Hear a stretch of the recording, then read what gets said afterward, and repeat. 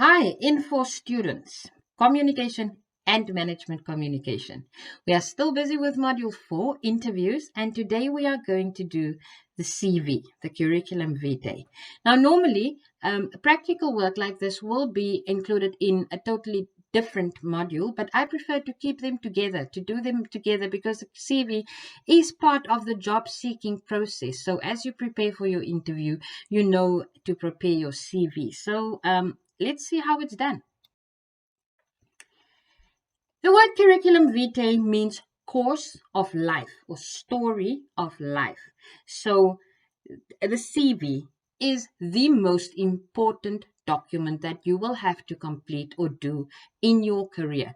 This is the document that will decide whether you get the job or not. So therefore, it's important that this document has no mistakes, no spelling mistakes, and no grammatical errors at all. Ask 2, 3, 4 people to read through this document, to proofread this document for you, just to make sure. Remember that the unemployment rate in South Africa is quite high, and if a job gets advertised, many people will apply for that job. So you need to stand out. If your CV is too long, nobody wants to read it, they're going to throw it away. So keep it 2 pages or shorter. Make no mistakes. Print it on clean white paper and leave the pictures out of it.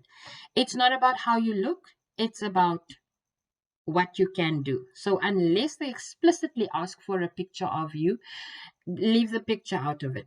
Also, those graphics with a funny looking graphics that you get on the computer, you may think that you are spicing up this making your CV look nice, but it's very juvenile. So please just leave it out, okay?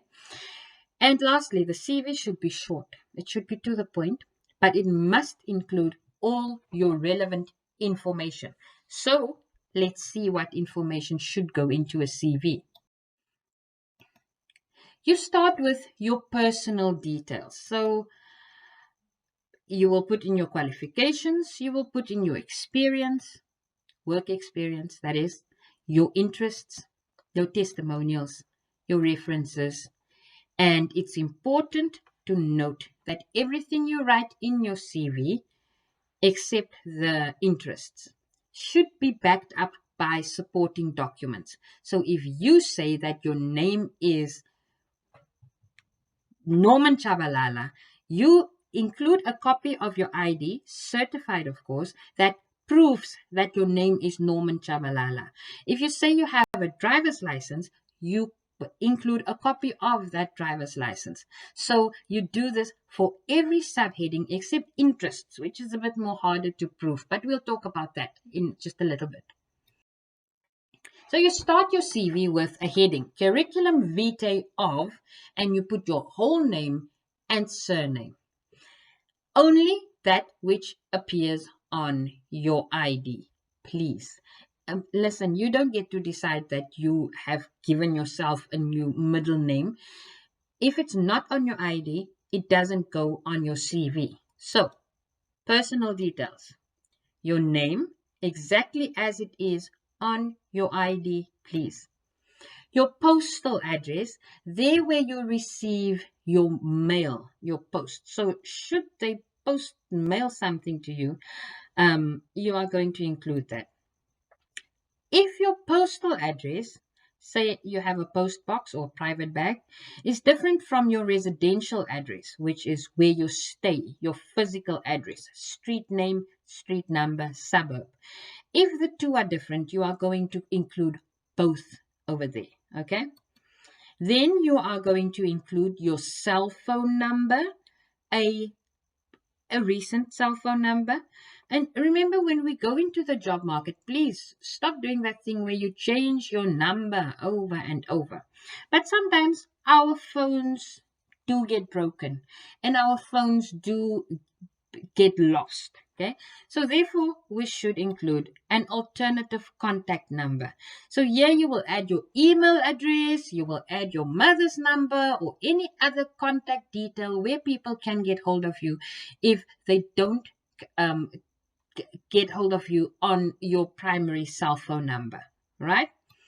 Then you are going to add your date of birth. And again, it should be exactly as it is on your ID. Again, you don't get to make yourself younger or older. Please, you have to prove this with a copy of your ID. So keep it exactly the same. Your ID number, or every South African ID number, has 13 digits. Anything shorter, anything longer will be seen as invalid. Your marital status you include, but this is optional. If you really want to tell that you are married, you do. It's really not necessary to put in your marital status unless it is applicable to the job. I saw a job advert the other day that said they're looking for a married couple or something to look after children in a hospital or whatever. So you see, their marital status will be important. The languages that you can speak, you will list them there. And then lastly, your driver's license. And you will say which type of driver's license you have. Some of us can drive truckies, and some of us can drive cars, and some of us drive motorbikes and whatever. So you will say what type of driver's license you have.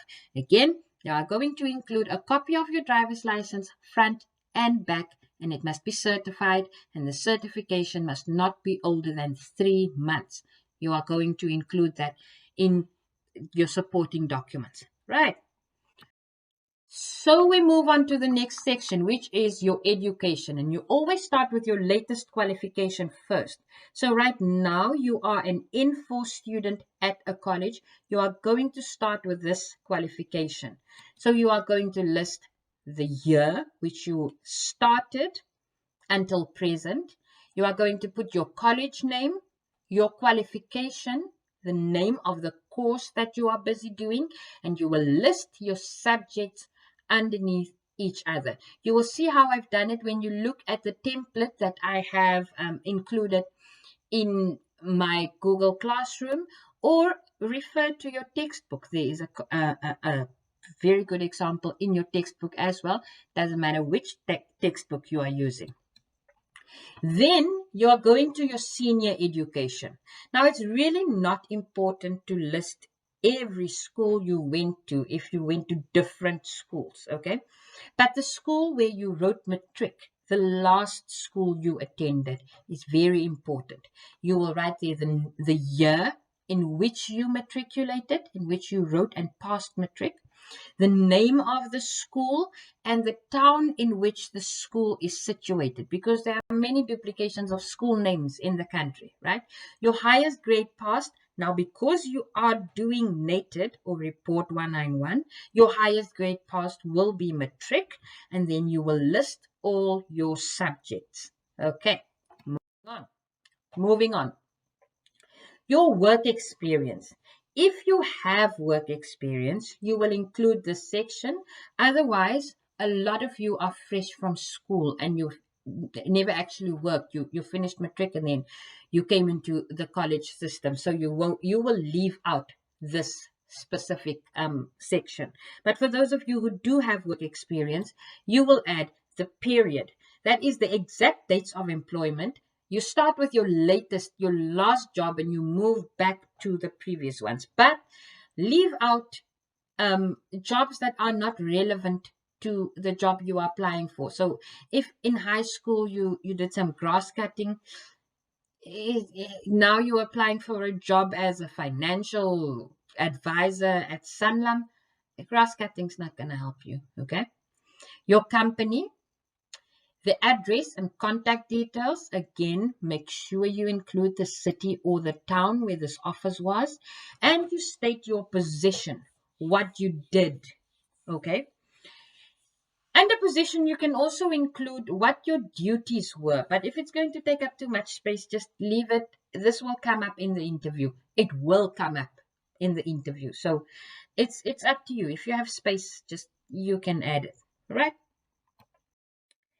So now we go to interest. Okay. Being Miss Church 1912 or something, modeling, watching TV, playing pool, partying, socializing. Those aren't things you should put on your CV, please. Interests are listed to show that you are a well-rounded human being that have some good in them. Okay. Here you will list things like your involvement in a soup kitchen, maybe the church choir, but only if you actually do sing in the church choir. Other societies you may belong to. But like I said, your modeling, unless you are a professional model and you actually get paid good money, no, don't list it. It must be relevant to the job you are applying for. Please, please, I beg you, please. And then references. Now, before I even start to explain how you should do this, I got a phone call a couple of weeks ago from a prospective employer, and they called me to check up because I was a reference on someone's CV. Now, I have 150 students per semester, 5 groups per semester, right? There's no way I can remember everyone. There's no way.